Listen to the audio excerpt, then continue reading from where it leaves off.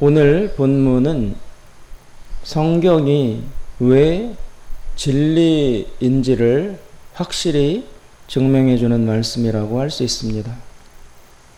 오늘날 우리가 살고 있는 세계의 가장 큰 문제는 경제적 불평등입니다. 부를 소유한 사람과 가난한 사람의 차이가 너무 크다는 것과 또 그 격차가 이미 고정화되어서 다시 재편성될 수 있는 가능성이 거의 없다는 것에 큰 문제가 놓여져 있습니다. 이것은 쉬운 말로 개천에서 용이 나던 시대는 이제 지나갔다 라는 말로 표현될 수 있습니다. 개천에서, 작은 실개천에서 커다란 용이 탄생하는 것은 이제 더 이상 불가능하다라는 우리 사회에 대한 어두운 진단이 지금의 현실을 정확히 포착하고 있다고 할 수 있습니다. 더 이상 이제 신분 상승은 어렵습니다. 귀족이나 양반과 같은 계급의 호칭은 이미 오래전에 다 사라졌지만, 그러나 그것은 표면적인 사실에 불과한 것이고, 더 깊은 우리의 실제 현실 속에서는 물질, 즉 재산과 돈을 기준으로 하여 새로운 계급과 계층의 형성이 견고하게 이루어져 있다는 것입니다. 이런 불균형과 불평등의 가장 눈에 띄는 증거의 장면이 바로 지난주에 우리 눈앞에서 일어났었습니다. 지난주 내린 폭우로 인해서 다 아시는 것처럼 서울 신림동에 있는 반지하방에 거주하던 가족 3명이 집에 갇혀서 익사하는 일이 일어났습니다. 발달장애를 가지고 있는 언니와 또 연로한 어머니를 모시고 40대 여자분이 딸 하나를 데리고 가장 노릇을 하며 혼자 살고 있던 가정이었습니다.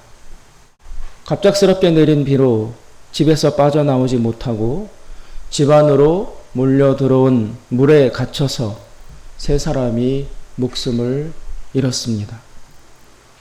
바다가 아니고 강도 아니고 집 안에서 익사하는 일이 발생한 것입니다. 그 반지하방은 임대료가 얼마일까요?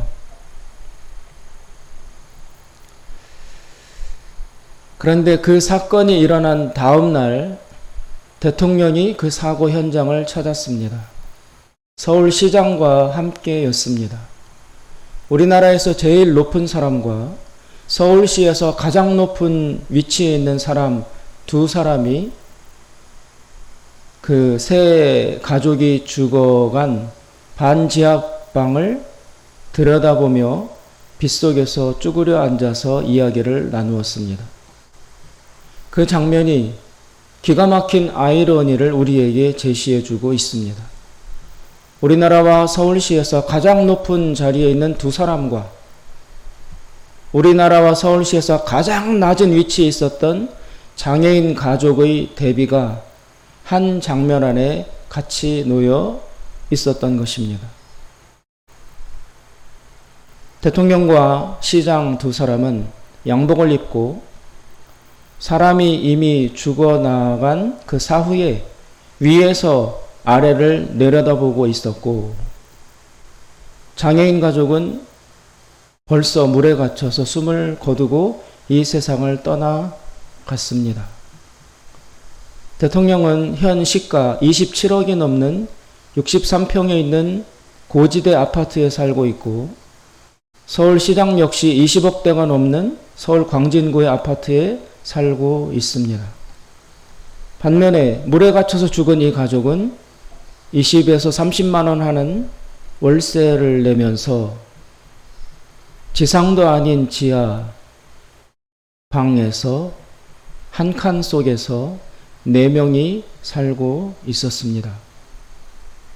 27억과 30만 원, 그 둘 사이의 집값의 차이는 얼마입니까? 간단하게 계산해도 약 1000배라는 차이가 나오고 있습니다. 동시대를 살아가는 두 사람이 1000배가 넘는 집에 사는 사람이 있는가 하면 그 사람 집의 1000배도 못 되는 집에 살다가 죽어가는 일이 우리 눈앞에서 벌어졌습니다. 대통령과 서울시장과 그리고 여성으로만 이루어진 장애인 가족과의 사회적 신분 격차는 또 얼마나 깊고 뭡니까? 시간이 주어진다고 한들 이 지하방에서 살고 있던 이 가정의 사람들이 상승하고 올라가고 격상해서 30억, 27억 이런 아파트에 살 수 있는 날이 과연 이들의 평생에 찾아올 수 있을까요? 그것은 불가능합니다. 그리고 그 불가능은 이미 현실로 고정되어 있습니다. 개천에서 용은 바라지도 않고 작은 미꾸라지 정도로까지 올라가려고 소망을 품어도 그것조차 가능하기 어려운 극단적 불평등의 시대가 현 우리가 살고 있는 사회라는 것입니다. 한 사람은 우리나라에서 최고로 높은 지위에 있으면서 아래를 내려다보고 있고 또 한 사람은 우리나라에서 가장 낮은 위치에서 죽어갔습니다. 그 차이가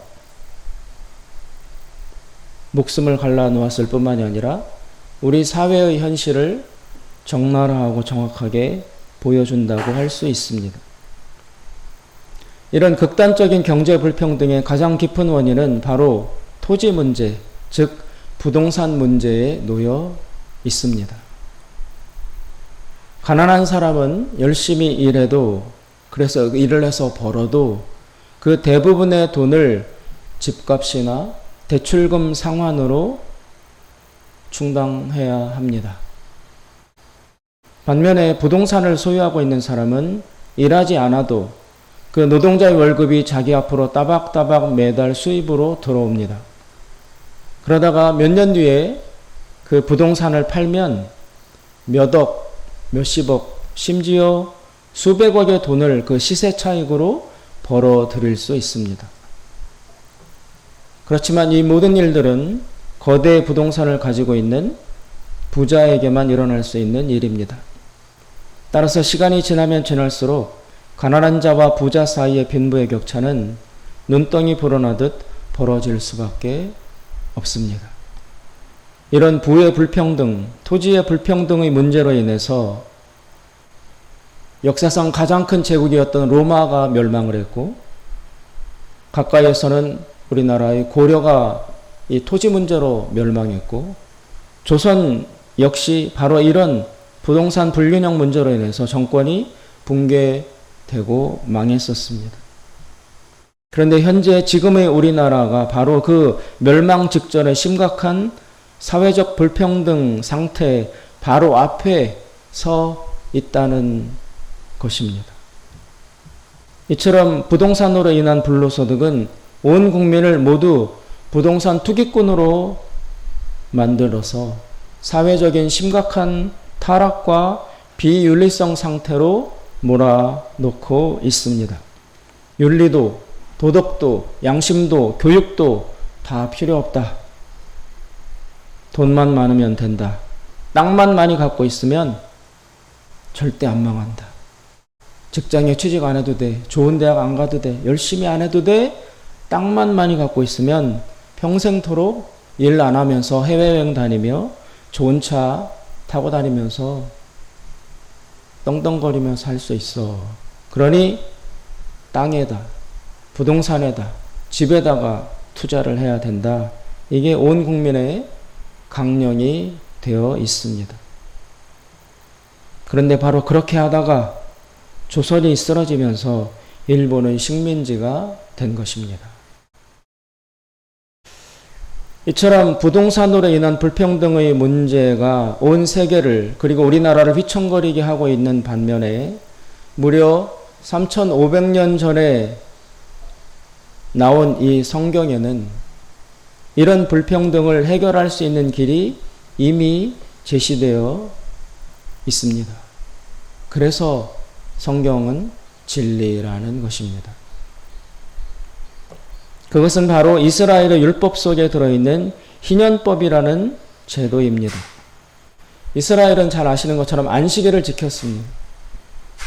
그리고 그것을 좀 더 확대해서 안식년이라는 것도 지켰습니다. 6년간 일하고 나서 7년째에는 농사를 중단해서 땅을 쉬게 하라. 하나님의 명령이었습니다. 그럼 1년 동안 농사 안 지면 우리는 다 굶어 죽을 텐데요. 이스라엘 백성이 반문했을 때 하나님께서 절대 그렇지 않다. 6년간 일하고 7년째 땅을 쉬고 농사를 안 지어도 하나님인 내가 너희들을 책임질 것이다. 어떻게? 6년째 농사의 소출이 2배로 오르도록 내가 역사해서 7년째는 일 안 해도 6년째 농사한 것 가지고 먹고 살 수 있도록 내가 배려할 것이다. 따라서 이것을 지킬 수 있느냐 없느냐는 너희들의 나를 향한 믿음에 달려있다. 나를 믿고 실천하면 그대로 복을 받을 것이고 나를 못 믿고 내 말을 거부하고 악착같이 7년째에도 심고 일하고 한들 소득이 없을 것이다. 하나님은 그렇게 안식일과 안식년 제도를 가르쳐 주셨습니다. 그 안식년이 바로 오늘 25장 1절부터 7절까지의 말씀입니다. 그리고 그 다음으로 이 안식년이 7번 지나고 나면 49년이 흐르게 됩니다. 77은 49. 안식년을 7번 지키고 난 다음 해인 50년째가 되면 이스라엘 사회 안에 혁명적인 변화가 일어나도록 만들어 놓으셨습니다. 왜냐하면 50년째가 되면 개인 간의 모든 부채 관계가 자동적으로 무효화 되도록 하셨기 때문입니다. 50년째가 되면 그동안 팔거나 저당 잡히거나 몰수당했거나 했던 자신이 가지고 있던 원래 땅을 무료로 되찾아올 수 있습니다. 법적으로 하나님이 그렇게 정하셨습니다. 이 얘기는 자신이 사업을 잘해서 남의 땅을 이렇게 저당 잡고 있던 그 사람도 이 땅으로 인해서 유익을 얻고 이자를 얻는 것을 최대 50년까지만 할 수 있다라는 거예요. 50년까지만 자기가 열심히 해서 남의 땅을 사거나 또 뭐 보유하게 되면 이 땅을 가지고 50년 동안은 마음껏 농사 짓고 해서 돈을 벌되 딱 50년까지만 이 땅을 가지고 이득을 얻어라. 그리고 난 다음에는 원주인에게 돌려 주어라. 그러니 과도한 부를 축적하겠다는 생각은 원천적으로 금지되는 것입니다. 역으로 땅이 있었으나 여러 가지 사연과 이유와 예기치 못한 불행으로 말미암아 이 땅을 남에게 팔았던 사람도 팔므로 돈을 얻어가지고 병도 치료하고 생존을 유지했던 사람도 아무리 고통스러워도 50년까지만 참으면 원상복구가 된다라는 것입니다. 말 그대로 모든 재산과 제도가 영어로 리셋 되는 것입니다. 리셋. 즉 다시 처음 출발하던 상태로 초기화 되는 것입니다. 이스라엘은 애굽에서 400년 동안 종으로 살았어요. 땅이 없어서 피가 맺히는 한과 고통을 겪었습니다. 이 사람들의 울부짖음을 듣고 하나님이 꺼내셔서 가나안이라는 새 땅에 집어넣어 주셨습니다. 그 가나안 땅에 처음 들어갈 때 하나님은 그 땅을 다 나누어서 쪼개가지고 이스라엘 백성의 각 집안마다 나누어 줬어요. 제비를 뽑아가지고 당신은 저 땅, 당신은 강원도, 당신은 경상도, 당신은 충청도 어디 다 구획을 정리해서 그 영역을 설정해주고 여기에서 시작해라. 따라서 이스라엘 백성은 처음 시작할 때 그때는 다 농경 시대였으니까 땅이 지금으로 치면 사업 자금이고 자본이고 회사고 공장이고 일터인 거예요. 모두가 다 자기 땅을 가지고 출발을 했습니다. 그런데 사람이 살다가 보면 예기치 못한 일들이 일어나잖아요. 병이 걸릴 수도 있고 농사가 안 될 수도 있고 해서 자기가 처음 하나님께 받은 땅을 저당 잡혀서 돈을 빌려가지고 그 어려움을 해결하며 살아가는 일들이 있을 수밖에 없습니다. 그러나 그렇다 할지라도 50년이 되면 무상으로 자기의 땅을 잡혔던 땅을 되찾아올 수 있고 그 땅을 가지고 유익을 얻었던 사람도 50년까지만 이 땅을 활용하고 50년 뒤에는 원주인에게 되돌려주는 이 리셋이 50년마다 반복되도록 하나님이 이스라엘을 법적으로 제도화시켜 놓았던 것입니다. 이처럼 50년마다 모든 것이 원상복구되도록 하는 이 행동을 하나님은 성경 말씀은 이것을 자유라고 말씀하고 있습니다. 자유를 주는 것이다라고 표현하고 있습니다. 10절을 읽겠습니다. 10절에 보시면 제 50년을 거룩하게 하여 전국 거민에게 자유를 공포하라. 이게 자유다라는 것입니다. 자유의 근본적인 의미는 잃었던 재산을 되찾는 것에 있습니다. 몸만 풀어주면서 이제 너는 자유야 라고 하는 것은 무책임하고 잔인한 것이라는 겁니다. 몸만 풀어주고 이제 자유니까 너 맘대로 살아라 라고 한들 자산, 즉 땅이 없는데 비빌 언덕이 없는데 이 사람이 자립할 수는 없습니다. 그래서 다시 굶는 삶으로 노예로 돌아갈 수밖에 없습니다. 그것을 아신 하나님께서 몸을 풀어주되 몸만이 아니라 다시 시작할 수 있는 근거와 근본이 되는 그 사람의 땅, 사유재산도 시작할 수 있는 초기 자금까지 확보시켜서 풀어준다라는 것입니다. 그래서 하나님은 이것을야말로 진정한 자유다. 50년이 되면 자유를 선포해라. 이렇게 이 50년마다 모든 것이 원상복구되는 것을 희년이라고 합니다. 희년. 그 희자가 한자인데 뜻이 뭐냐면 복희자예요. 복희. 희망희가 아니라 바랄희가 아니라 복희예요. 그래서 희년 그러면 복이 선포되는 해, 자유가 선포되는 해라는 뜻을 가지고 있습니다. 그래서 그 희년이 선포되면 구체적으로 어떤 일이 일어나느냐? 10절 뒷부분에 10절에 보시면 제50년을 거룩하게 하여 전국 거민에게 자유를 공포하라. 이 해는 너희에게 희년이니 그 다음 나타나는 결과가 너희는 각각 그 기업으로 돌아가며 각각 그 가족에게로 돌아갈지며. 여기 기업이라는 것은 이스라엘 사람들이 처음 분배받았던 그 땅을 기업이라고 말합니다. 그 빼앗기고 잃었던 땅으로 다시 돌아가라. 두 번째, 가족에게로 돌아가라. 그동안 사업 실패로 뿔뿔이 흩어져서 노예로 살아가던 가족들이 다시 자신들의 땅에서 만나서 새로운 출발을 시작할 수 있게 되었던 것입니다. 모든 분열과 눈물과 아픔은 종결되고 새 출발할 수 있는 기반을 50년마다 마련할 수 있게 된 것입니다. 이렇게 희년이 실행되면 가장 근본적으로 나타나는 결과는 경제적 불평등이 다음 세대로 세습되지 않는다는 것입니다. 비록 아버지 세대에는 무언가 실수로 실패했다 할지라도 50년이 지나면 원래의 근본 재산이 다시 돌아오므로 자식들은 자산이 있는 상태에서 새 출발할 수 있었습니다. 절대로 맨 땅에 헤딩하도록 버려두지 않았던 것입니다. 따라서 결과적으로 이스라엘에서는 큰 부자가 나올 수 없게 되어 있었습니다. 또 당연하게도 극단적인 가난도 발생할 수 없었습니다.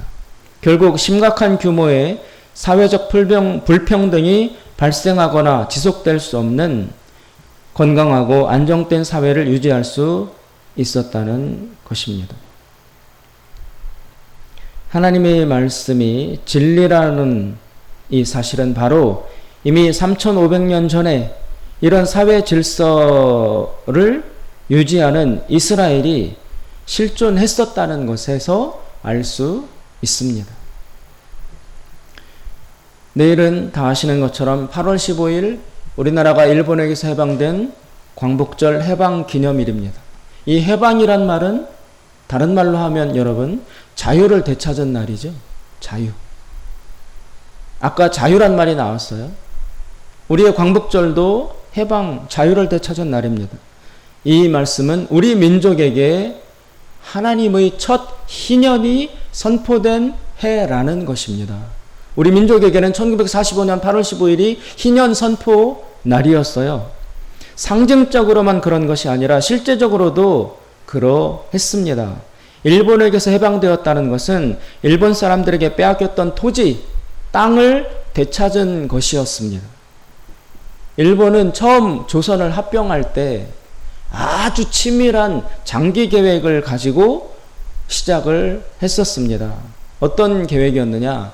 아예 조선을 잠시 동안 먹는 것이 아니라 영구적으로 조선을 일본의 소유로 하겠다라는 철저하고 치밀한, 일본 사람들 철저한 거 아시죠?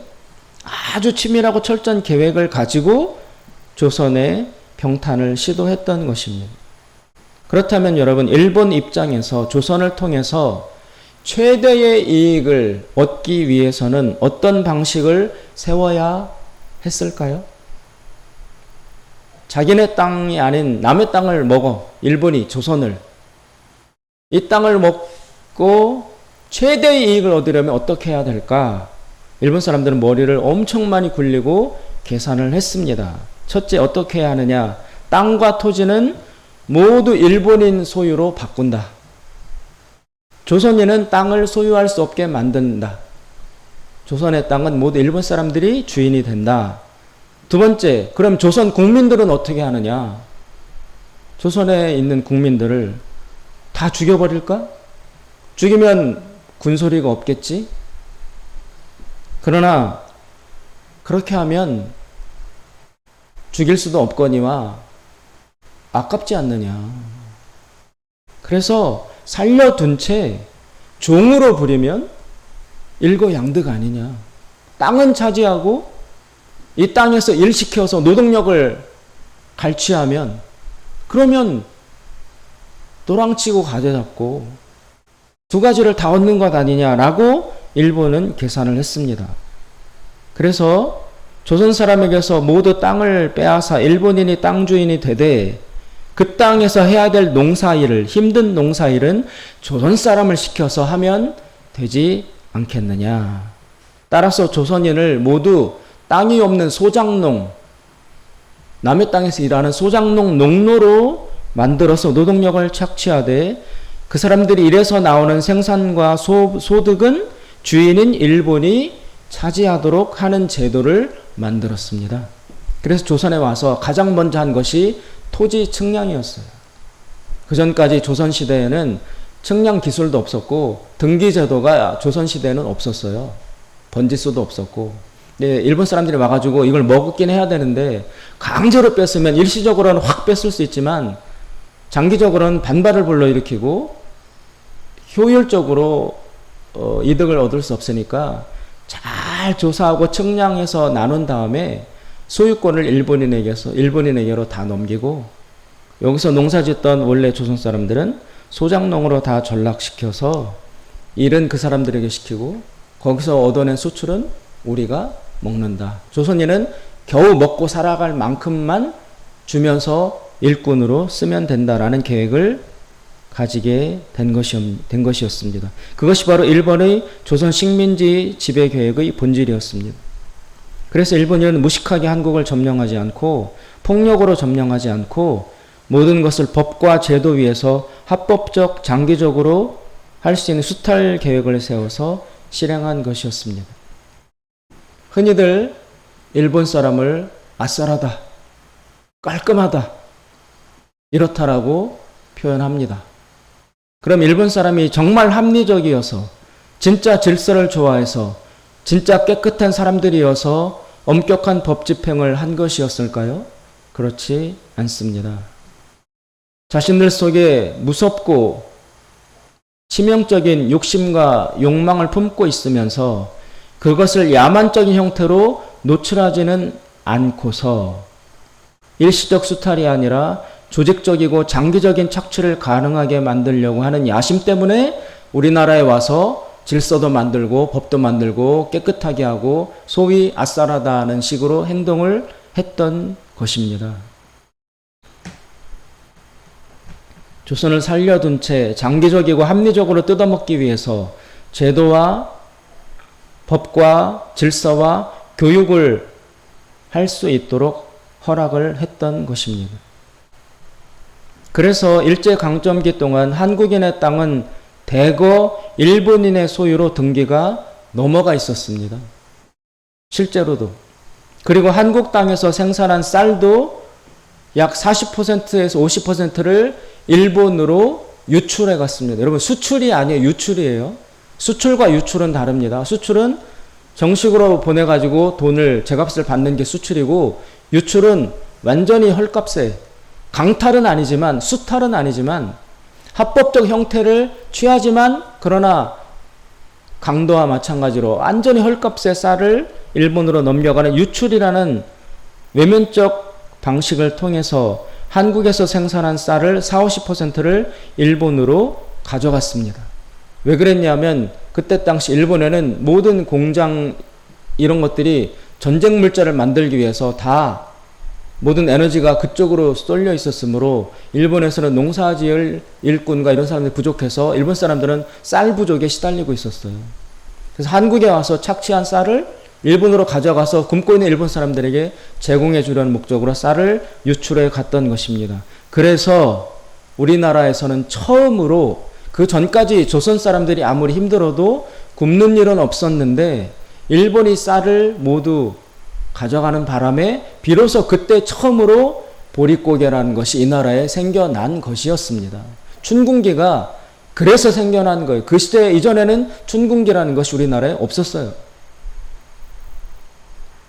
다 생존이 가능하도록 허술했지만 되어 있었는데 일본이 처절하게 뜯어감으로써 비로소 보릿고개라는 것이 이 나라에 발생했던 것입니다.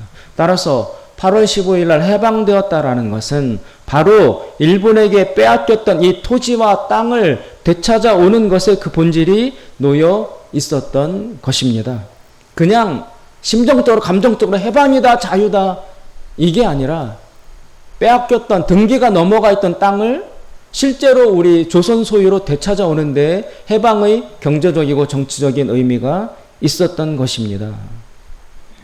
이것이 진정한 자유의 회복이었습니다. 그리고 더 구체적으로 해방 후에, 여러분, 해방 후에 이 일본 사람들이 타지하고 있던 땅을 어떻게 할 것이냐라는 문제가 대두됐어요. 일본 사람 소유로 되어 있던 땅을 어떻게 할 것이냐. 그리고 동시에 일제시대 때 땅을 빼앗겼던 옛날 농부들, 농사짓던 사람들이 해방이 됐으니까 내 땅 찾으려고 여러 같은 요구들이 발생했어요. 그 둘 사이에서 일본 사람들이 소유했던 땅을 처리해야 되고 내 땅 찾으려는 한국 사람들의 요구가 맞물린 채 45년 해방된 뒤에 극단적인 갈등과 이런 것들을 겪은 후에 1949년에 우리나라 국회에서 농지개혁법이 통과됩니다. 국회에서. 그래서 1950년부터 토지개혁이 우리나라에 실시됩니다. 그래서 유상몰수, 유상분배라는 원칙에 의해서 땅이 없던 자들, 농민들에게 일본인이 소유했던 땅들을 유상으로 분배해 주는 일이 일어났습니다. 일정 정도 땅값을 받으며 땅을 불화해 준 거예요. 그러면서 사실은 1950년부터 시작해서 54년까지 이 분배받은 땅값을 갚으라는 게 원칙이었는데 50년에 6.25 전쟁이 발생하잖아요. 그러니까 농사도 못 짓고 다 뿔뿔이 흩어지고 하는 바람에 원래 54년까지 상환하는 거였는데 그게 실현되지 못하고, 사실 이 농촌에 땅을 분배받았던 사람들이 언제 그 정부에다가 땅값을 다 갚느냐 하면 1970년대까지도 그 땅값을 갚았어요. 이 토지개혁은 여러분 전 세계적으로 손가락 안에 드는 혁명적인 사건이었습니다.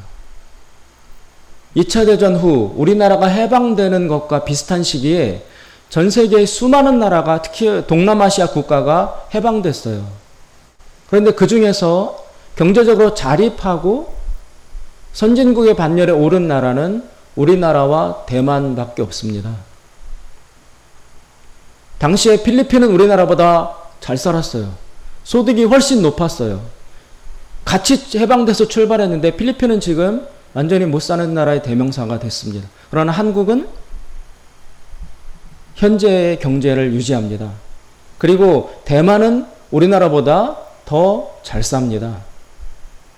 왜 이런 변화가 일어났느냐? 토지개혁을 했던 거예요. 대만과 우리나라는.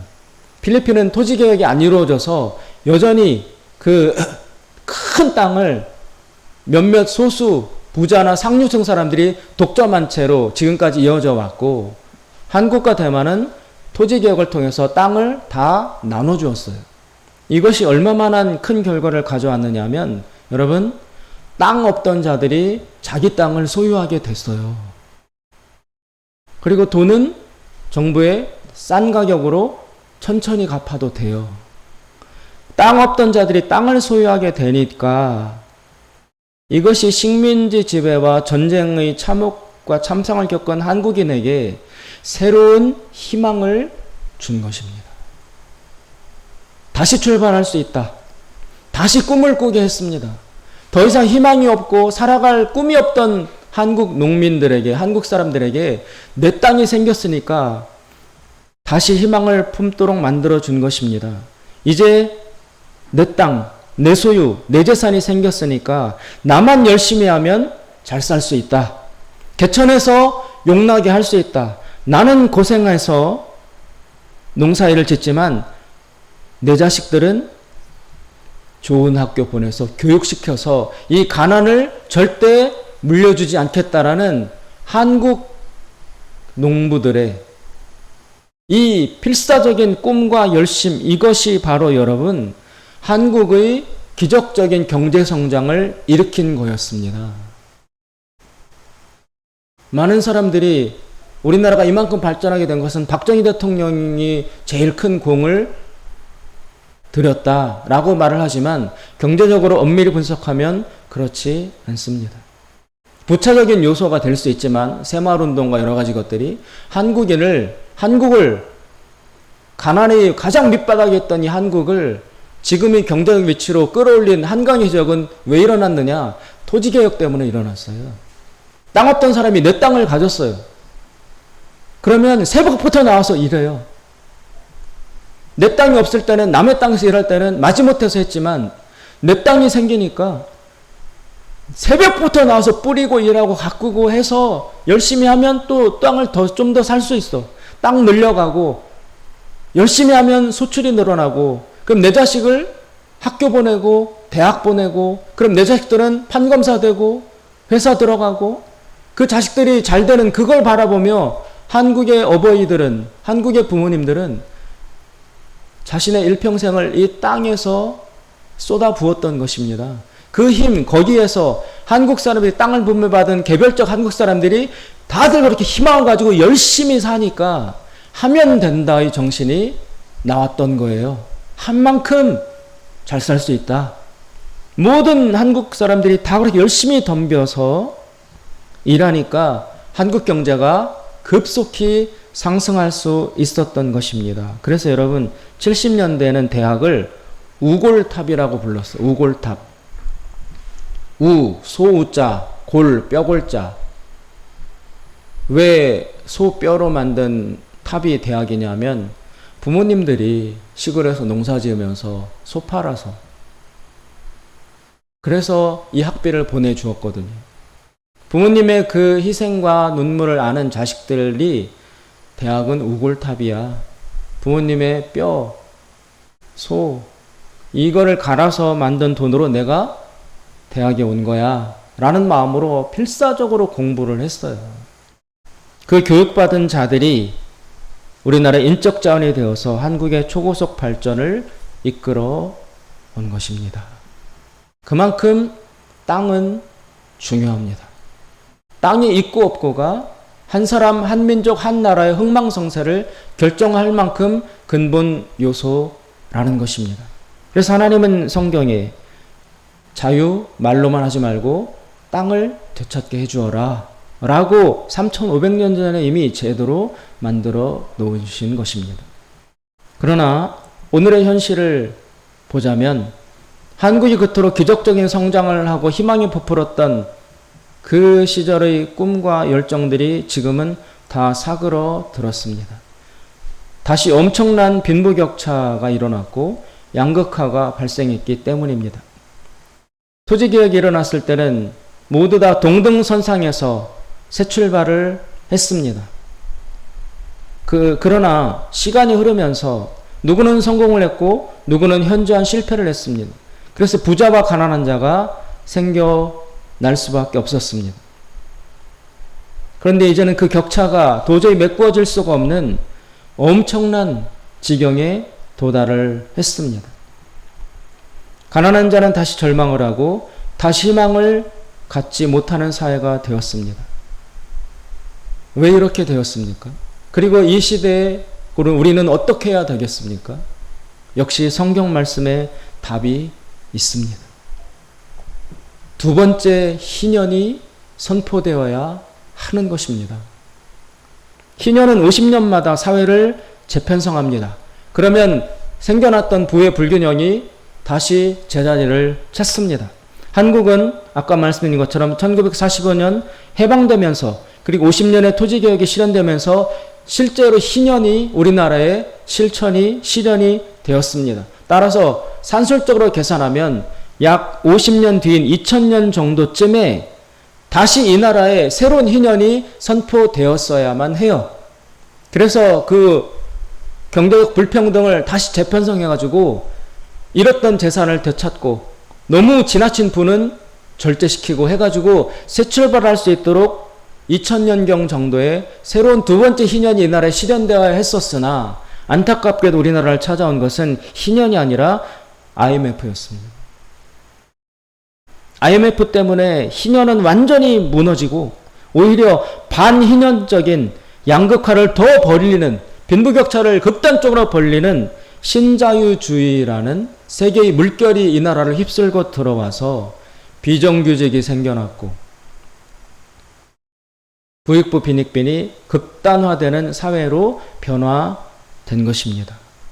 희년을 계속해서 실시하지 않은 것이 현재 한국의 절망의 원인입니다.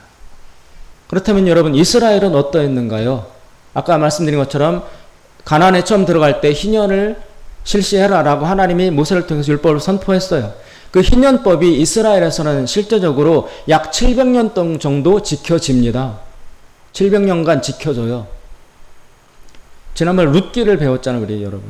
룻의 시어머니 나오미가 재산을 가지고 있다가 모압 땅으로 가서 아버지 죽고 아들 둘 다 죽는 정말 있을 수 없는 불행을 겪었지만 이 희년법 때문에 다시 고국에 돌아와서 자기 땅을 되찾는 희년법으로 인해서 회복되는 것을 보셨잖아요. 그런 식으로 700년 정도 이 희년법이 이스라엘 안에 실제로 실행이 돼서 이스라엘은 망하지 않았어요. 안정된 사회를 유지했었어요. 그런데 700년 뒤에 다윗이 죽고 솔로몬이 죽고 그리고 나라가 쪼개진 다음에 북이스라엘에 아합이라는 왕이 아합이라는 왕이 나타납니다. 그런데 이 아합 왕은 껍데기예요. 실제 왕 노릇한 것은 그 부인이었던 이세벨이라는 왕비입니다. 이 이세벨은 페니키아, 두로라고 시돈이라고 하는 외국에서 시집온 사람, 이방인이에요. 그런데 이 이세벨이 들어오면서 바알이라는 우상숭배 신앙을 갖고 들어왔어요. 자기네 조국의 종교가 바알 종교였어요. 이 바알 종교를 가지고 들어왔어요. 바알 종교는 철저한 사유재산 제도, 자비라고는 없고 철저한 경쟁,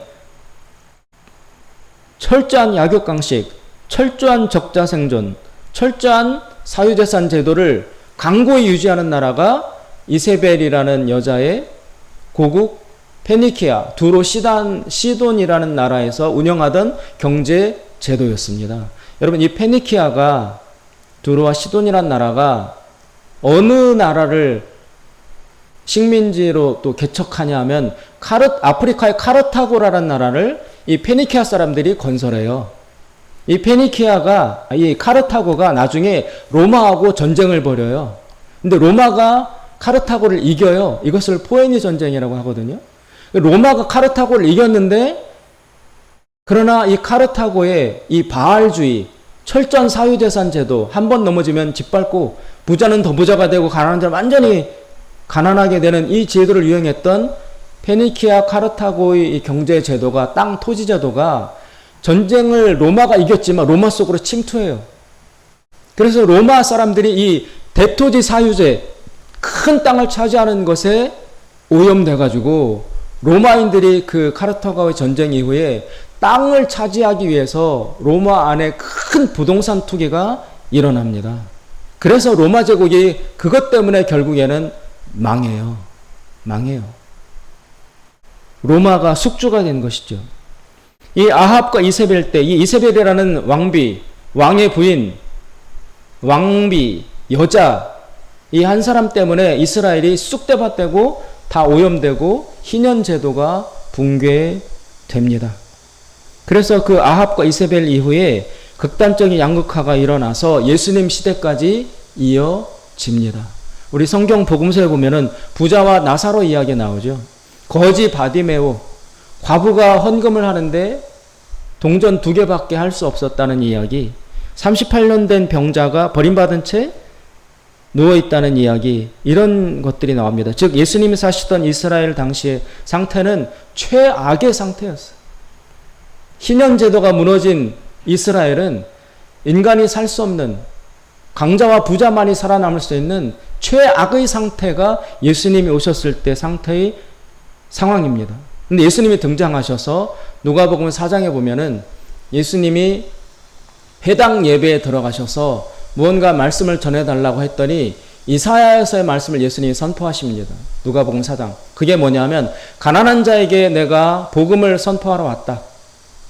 갇힌 자에게 자유를 주고 눈먼 자에게 눈 다시 보는 것을 주는 그런 일을 하러 내가 왔다라고 예수님이 선포하십니다. 그 얘기, 가난한 자에게 은혜의 해를 선포하러 왔다는 그 얘기가 뭐냐면, 중단되었던 희년을 내가 다시 시작하기 위해서 하나님의 아들인 내가 왔다라는 것이 예수님 말씀의 의미입니다. 희년을 다시 시작하겠다. 그래서 예수님은 산상수훈에서 온유한 자가 땅을 되찾을 것이다. 이 얘기는 여러분, 마음이 부드러운 사람이 땅을 더 많이 부동산을 갖게 될 것이라는 뜻이 아니라, 중단되었던 희년 제도가 회복이 되어서 땅을 잃었던 사람들에게 땅이 되찾아지는 일이 발생할 것이다. 가난한 자가 다시 그 가난을 벗어나는 일들이 일어날 수 있을 것이다 라고 말씀하신 것에 진정한 의미가 있습니다. 예수님이 복음서에서 겪으셨던 일 중에 아주 중요한 이야기가 있습니다. 어느 날 부자 청년이 예수님을 찾아왔습니다. 그러면서 예수님에게 내가 영생을 얻으려면, 구원을 얻으려면 어떻게 해야 됩니까? 라고 물어봐요. 그때 예수님의 대답이, 너 어릴 때부터 율법을 배우지 않았느냐? 그 율법을 잘 지키면 구원 받을 수 있다. 라고 했더니 그 부자 청년이 하는 말이, 나 그거 다 지켰습니다. 어릴 때부터 철저하게 지켜왔습니다. 그거 말고 더 해야 하는 게 없나요? 그래서 예수님이 그 청년을 들여다보시면서 이렇게 말씀하십니다. 너가 부자이니까 너가 가지고 있는 현재 재산을 모두 다 가난한 자에게 나누어 주고 나를 따르라 라고 말씀하십니다. 그러자 그 부자 청년이 한참 고민을 하다가 그 말씀을 못 받아들이고 그냥 슬퍼하며 예수님 곁을 떠납니다. 이게 마태복음과 마가복음, 누가복음, 세복음서에 다 나옵니다. 이 이야기에서 중요한 이야기가 있습니다. 이 청년은 율법을 다 지켰다라고 얘기해요. 나 율법은 다 지켰습니다. 하나님의 법, 하나님 말씀은 안 지킨 것이 없습니다. 그러나 이 청년의 말은 허구입니다. 왜냐하면 이스라엘은 원래 희년법을 지켜야 돼요. 근데 희년법이 지켜지지 않은 채 내려왔어요. 따라서 이 청년이 나 율법 다 지켰습니다라는 것은 잘못 알고 있는 거예요. 희년법을 안 지키고 있는데 율법 다 지켰다라고 착각해서 하는 말입니다. 만약 희년법이 지켜졌다면 당시에 이스라엘에 청년으로서 부자가 될 수 있는 일은 발생할 수가 없어요. 청년이 어떻게 부자가 됩니까? 이스라엘에는 원래 부자가 발생할 수 없는 구조예요. 희년법 때문에. 부자가 되려 했다가도 50년 지나면 다시 원위치 돼가지고 약간의 차이는 있지만 극단적인 부자와 극단적인 가난한 사람은 발생할 수 없는 구조가 이스라엘의 원래 사회의 본질이에요. 그런데 이 사람은 부자예요. 부자가 많다는 건 부동산이 많다는 겁니다. 땅이 많다는 겁니다. 게다가 청년이에요. 이 청년으로서 당시에 부자가 되려면 분명히 부모로부터 땅을, 유산을 많이 물려받았다라고 밖에 볼 수 없습니다. 그러면 이 부자, 청년과 마찬가지로 그 부모 세대부터 꾸준히 하나님의 희년법을 지켜오지 않았다라는 것을 뜻합니다. 따라서 청년이 나 율법 다 지켰는데요? 라고 하는 말은 허구입니다. 착각입니다. 그런데 본인이 다 지켰다고 하니까 예수님이 달리 말씀을 안 하시고 두 번째, 그러면 너가 가진 땅을 다 나눠주어라. 이 얘기는 뭐냐면 그동안 못 지켜오고 안 지켜왔던 희년을 다시 실천하라라는 뜻이에요. 원래 땅 더 돌려줘라. 주인들에게. 희년을 안 지켜왔던 율법인 희년을 실행하라 라는 것인데 청년들은 이 청년은 부자 청년은 그 말씀을 순종을 못합니다. 재산을 포기 못합니다. 희년을 못 지킵니다. 그러고 떠나갑니다. 그럼 예수님은 이렇게 중단되었던 희년을 어떻게 실행하시는가? 예수님이 십자가에서 죽고 난 다음에 성령이 내려오십니다.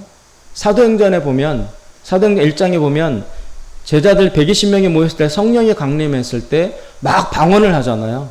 오순절 성령 방언. 그래서 사람들이 그 소리를 듣고 놀래가지고 무슨 일이냐 묻고 거기서 베드로가 일어나서 설교함으로 교인 수가 한 번에 4,000명, 3,000명이 돌아왔다는 얘기가 사도행전 앞부분에 나와 있는데 지금까지 신학자들은 여러분 성령이 강림한 증거를 방언에서 찾았어요. 아, 성령이 내려와서 방언이 터졌다. 방언이 시작됐다. 라고 판단했는데 그것은 신학자들의 헛소리에 가깝고 실제 성령이 강림한 증거는 어디에서 나타나느냐? 초대교회 안에서 이런 일이 일어났습니다. 교인들이 성령을 받고 은혜가 충만하고 하나님을 알게 되니까 기뻐서 자발적인 마음으로 자기가 가지고 있던 재산과 땅을 팔아가지고 교회에 가지고 오는 일이 일어났어요.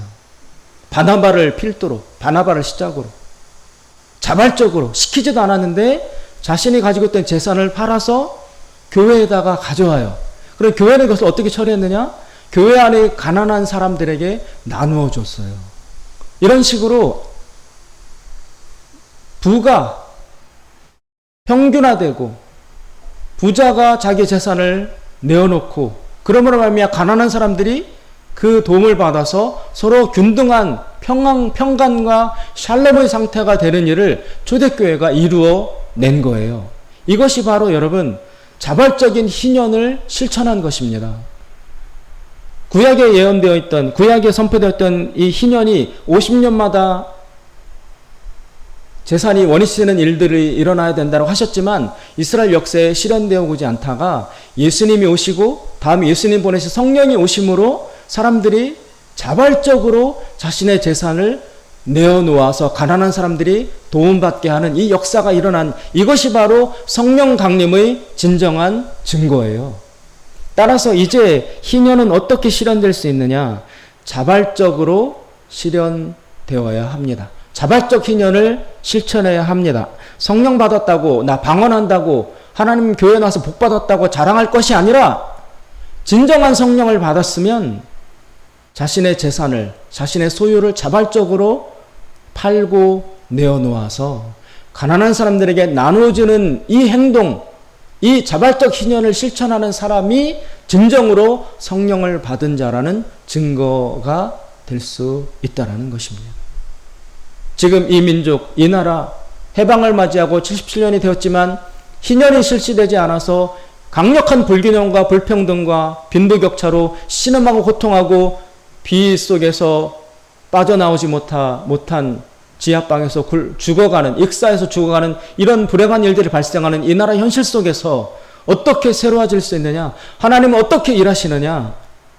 성령 받은 믿는 자들이 자신의 소유와 재산을 자발적으로 내어놓아서 가난한 자를 돕는 자발적 희년의 실천으로 이 일들이 극복될 수 있고 하나님의 나라가 이 나라에 실현될 수 있다는 것입니다.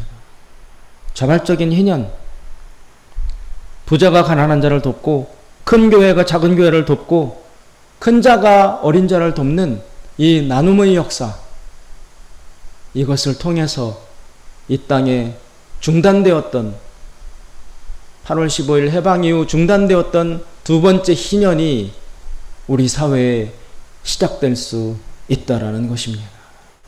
사랑하는 여러분, 입으로만 말로만 믿음을 자랑하지 마십시오. 정말 성령을 받았다면, 참된 믿음이 있다면 자신의 것을 자발적으로 내어놓고 희년을 실천할 수 있어야 합니다.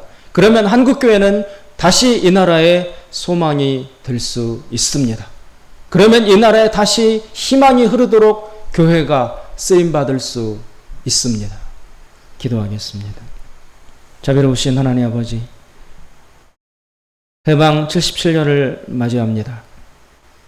하나님께서 이 해방과 동시에 토지도 회복되는 진정한 첫 번째 희년을 이 민족에게 주셨건만 50년이 지나고 77년이 흘러가는 이 시점에 두 번째 희년은 실천되지 않고 있습니다. 그래서 곳곳에서 사람들이 신음하고 물에 갇혀서 죽어가고 주님, 희망이 없어서 소망이 없어서 고통당하는 자들의 울부짖음이 곳곳에서 메아리 치고 있습니다. 이 비극적 현실 앞에서 우리 교회가, 믿는 자들이, 성령 받은 자들이 해야 할 일이 무엇이겠습니까? 주님, 저희를 교훈하시고 꾸짖어서 중단된 이 희년이 자발적으로 실천될 수 있도록 도와주시옵소서. 저희들에게 성령을 부어 주시옵소서. 성령을 따라 행하게 하여 주시옵소서. 그래서 교회가 다시 이 땅에 희망이 흐르도록 만드는 희망의 도구와 일꾼이 되게 하여 주시옵소서. 예수님의 이름으로 기도드리옵나이다. 아멘. 다 같이 자리에서 일어나셔서 찬송가 1장 부르시고 축도함으로